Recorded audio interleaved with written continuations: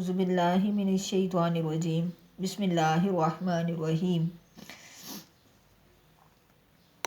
ان اللہ بے شک اللہ تعالیٰ بے شک اللہ تعالیٰ لا یستحیی نہیں شرماتے یہ کہ یضربا وہ بیان کریں مثلا مثال ما بعوضۃ جو مچھر کی ہے فما فوقہا پس جو اس سے بھی حقیر ہے اس سے بھی اوپر ہے یا حقیر ہے پس اما الذین پس لیکن وہ لوگ آمنو جو ایمان لائے فیعلمون پس وہ جانتے ہیں انہو بے شک وہ الحق سچ ہے من ربہم ان کے رب کی طرف سے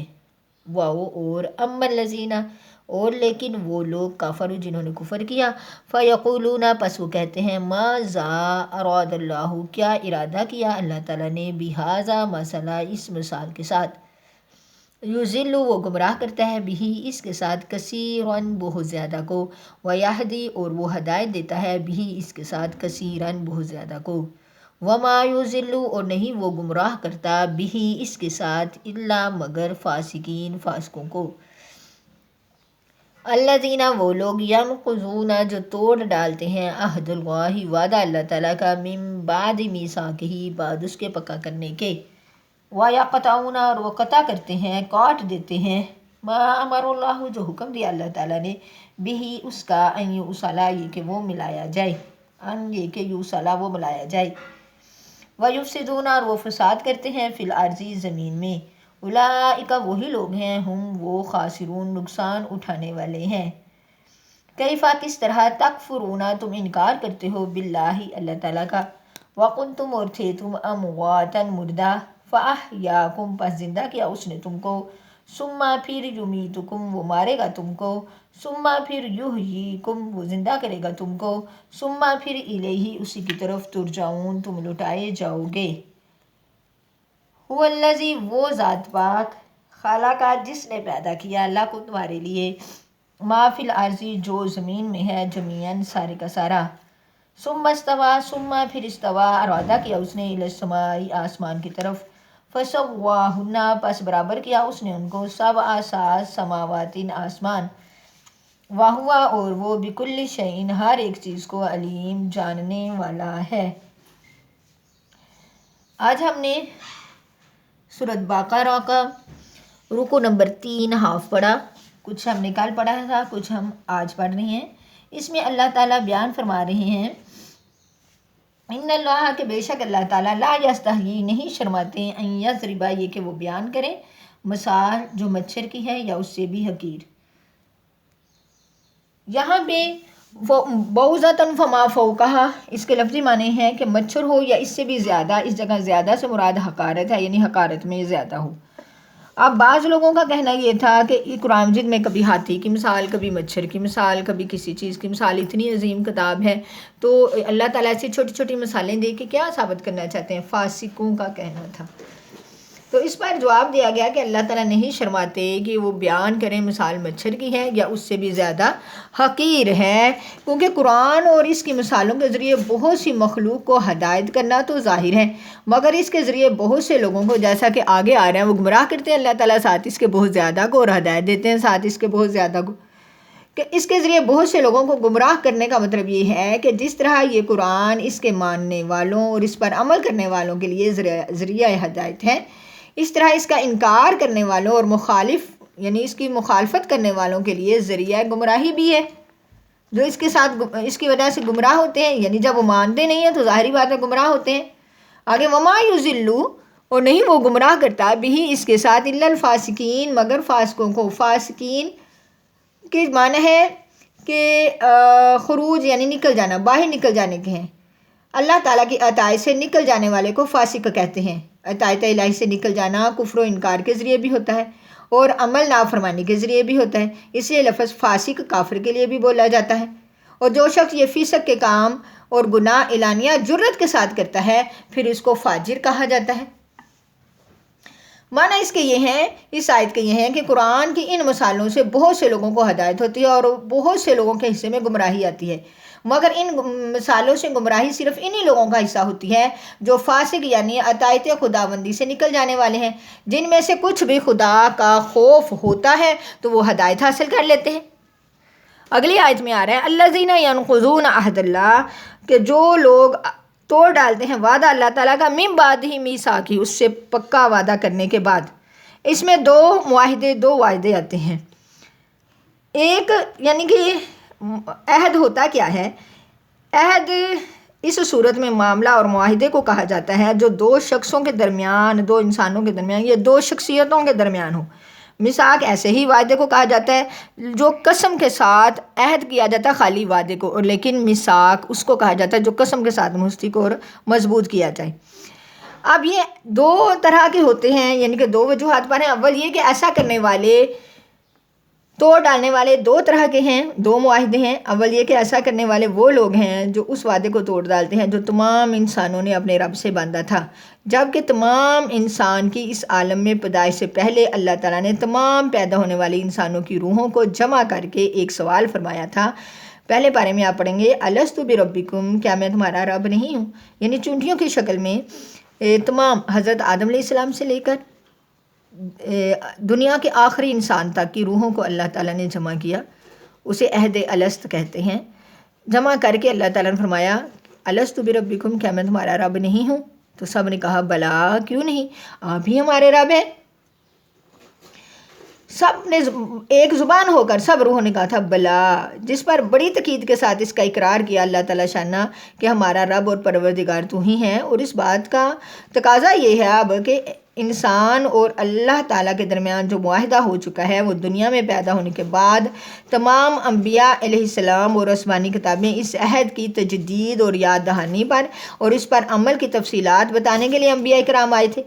جس نے اس معاہدے کو توڑ ڈالا، اس سے کیا توقع کی جا سکتی ہے؟ جس نے اللہ کے ساتھ جو معاہدہ کیا تھا کہ تو ہی ہمارا رب ہے، تو دنیا میں آ کے اس سے منکر ہو گئے۔ تو اب یہ بات آ رہی ہے یہاں پہ کہ جب وہ اللہ کے ساتھ کیے ہوئے وعدے سے منکر ہو سکتے ہیں تو پیغمبر اور آسمانی کتابوں سے وہ فائدہ کیسے اٹھائیں؟ ایک معاہدہ یہ ہے۔ دوسرا یہ ہے کہ ان لوگوں نے ان تمام تعلقات کو قطع کر ڈالا جن کو جوڑے رکھنے کا اللہ تعالیٰ نے حکم دیا تھا۔ ان تعلقات میں وہ تعلق بھی داخل ہے جو بندے اور اللہ کے درمیان ہے، اور وہ تعلق بھی جو انسان کا اپنے ماں باپ اور دوسرے عزیزوں سے ہے، ایک انسان کا اپنے پڑوسی اور دوسرے شرکاء کے ساتھ ہے، اور وہ تعلق بھی ہے جو عام مسلمانوں، عام انسانوں کے ساتھ ہے۔ ان تمام تعلقات کے پورے حقوق ادا کرنے ہی کا نام اسلام ہے یا شریعت اسلام ہے۔ اس میں کوتاہی کرنے سے ساری زمین میں فساد آتا ہے۔ اس لیے اس جملے کے بعد فرمایا وَيُفْسِدُونَ فِي الْأَرْضِ، یعنی وہ یہ لوگ زمین میں فساد مچاتے ہیں۔ اور آخر آیت میں اس کا انجام کا ذکر بھی فرمایا کہ یہ لوگ بڑے خسارے میں ہیں۔ وہ لوگ جو توڑ ڈالتے ہیں معاہدہ اللہ تعالیٰ کا من بعد میثاقہ، اس کے سے پکا کرنے سے، اس سے دو معاہدے مداد ہوئے، وَيَقْطَعُونَ مَا أَمَرَ اللَّهُ، اور قطع کرتے ہیں جو حکم دیا اللہ تعالیٰ نے یہ کہ وہ ملایا جائے۔ اللہ نے رشتوں کو ملا کے رکھنے کا حکم دیا، اور جو قطع تلقی، چاہے وہ رشتے کوئی بھی ہوں، ہمسائے کا یا جو میں نے بولا، وہ ان ساری معاملہ اس دار آ جاتے ہیں کہ وہ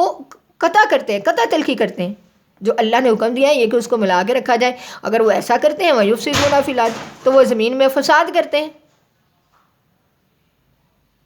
زمین میں فساد کرتے ہیں۔ ظاہر ہے جب رشتے تعلقات ٹوٹتے ہیں تو فساد تو ہوتا ہے، لازمی بات ہے، اور ان کا انجام کیا ہے؟ اولئک هم الخاسرون، وہی نقصان اٹھانے والے۔ آگے اللہ تعالیٰ فرما رہے ہیں کیف تکفرون باللہ، کس طرح تم اللہ کا انکار کرتے ہو، وکنتم، اور تھے تم امواتا مردہ، فاحیاکم، پس اس نے زندہ کیا تم کو، ثم یمیتکم، پھر وہ مارے گا تم کو، پھر وہ زندہ کرے گا تم کو۔ یعنی اس آیت میں، ان دو آیات میں کہ تم اللہ تعالیٰ کا انکار کیسے کرتے ہو، تم مردہ تھے پھر اس نے تمہیں زندہ کیا، دو اس میں اور نیچے والی آیات، ان دو آیات میں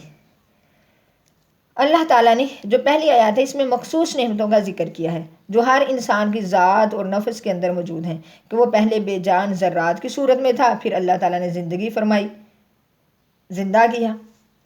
اس کے بعد دوسری آیت میں والذی خلق لکم میں ہے کہ ان عام نعمتوں کا ذکر ہے جس سے انسان اور تمام مخلوقات فائدہ اٹھاتی ہیں اور وہ انسان کی زندگی اور بقا کے لیے ضروری ہیں۔ ان میں پہلے زمین اور اس کی پیداوار کا ذکر کیا جس سے انسان کا قریبی تعلق ہے، پھر آسمان کا ذکر کیا جس کے ساتھ زمین کی حیات اور پیداوار کا تعلق ہے۔ اللہ تعالیٰ فرمائے کیف تکفرون باللہ، تم اللہ کا انکار کیسے کرتے ہو، کنتم امواتا فاحیاکم،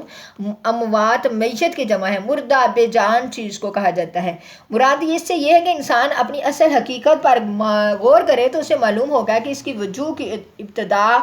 کیسے تھی، بے جان ذرات سے ہوئی، بالکل بے جان تھا انسان، اللہ تعالیٰ نے ان بے جان ذرات کو کہاں سے جمع کیا، پھر ان میں جان ڈالی، ان کو زندہ انسان بنا دیا، اور اس کی ابتدا کی جو پیدائش ہے یہ وہ ہے۔ پھر اللہ تعالیٰ فرما رہے ہیں کہ ثم یمیتکم ثم یحییکم، یعنی جس نے پہلی مرتبہ تمہیں بے جان ذرات کو جمع کر کے ان میں جان پیدا کی اور اس عالم میں تمہاری عمر کا ایک وقت مقرر کیا، جب وہ وقت پورا ہو جائے تو پھر تمہیں موت دے گا، پھر ایک عرصے کے بعد قیامت میں اسی طرح تمہارے جسم کے بے جان اور بکھرے ہوئے ذرات، ہڈیاں کھوکھلی مٹی ہو کر جو ختم ہو گئی تھی ان کو جمع کر کے تمہیں زندہ کرے گا۔ اس طرح ایک موت یعنی بے جان ہونا تمہاری ابتدا میں تھا، پھر اللہ تعالیٰ نے تمہیں زندہ کیا، پھر دوسری موت دنیا کی پوری عمر ہونے کے بعد پھر تمہیں موت دی اور پھر دوبارہ زندگی ہوگی، وہ قیامت کے روز ہوگی۔ پھر اللہ تعالیٰ فرما رہے ثم الیہ ترجعون، یعنی پھر تم اس ذات پاک کی طرف پھر کر جاؤ گے، جس سے مراد حشر یعنی قیامت کا دن ہے۔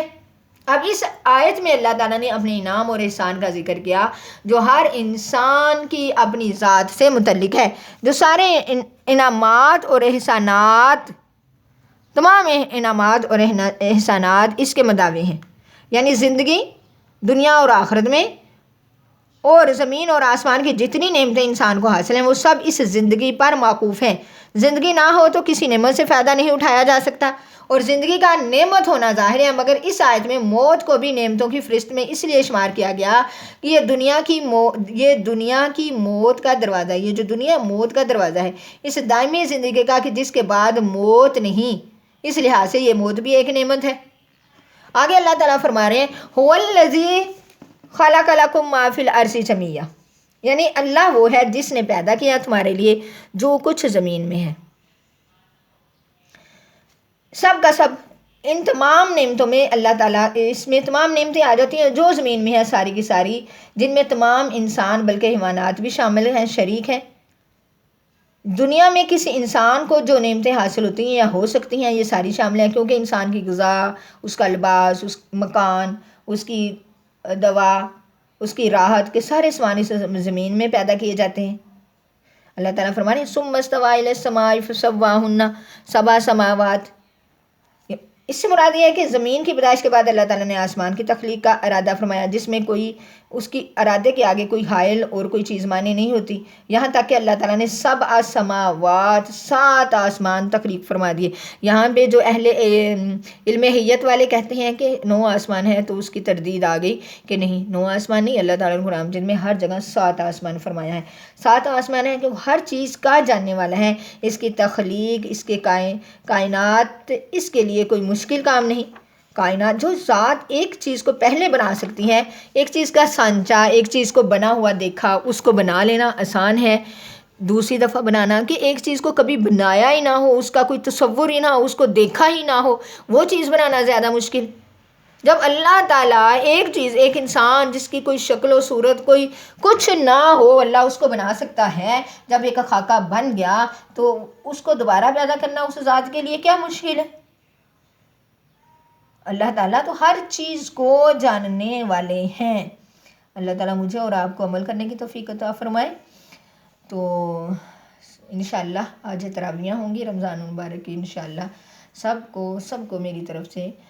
رمضان مبارک۔ اللہ تعالیٰ ہمیں صحیح معنوں میں رمضان سے فائدہ اٹھانے والا بنائے، صحیح معنوں میں رمضان کی قدر کرنے والا بنائے، اور اللہ تعالیٰ ہمارے روزے اور عبادت کو قبول فرمائے۔ السلام علیکم ورحمۃ اللہ وبرکاتہ۔